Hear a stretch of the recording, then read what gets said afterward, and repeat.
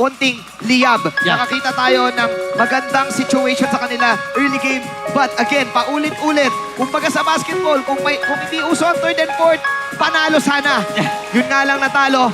Ating kumustahin this time ang TNC Pro Team. Mara Aquino, kayo na muna.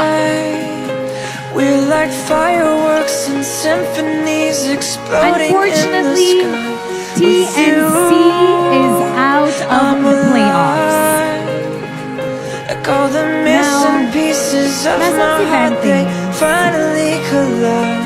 Ben, So stop time right here in the moonlight, 'cause I don't ever wanna close my Ben, hanggang dito na eyes. lang ang journey nyo Without you, para sa tagumpay. You will no longer move on to the playoffs. It breaks my heart to say this once again.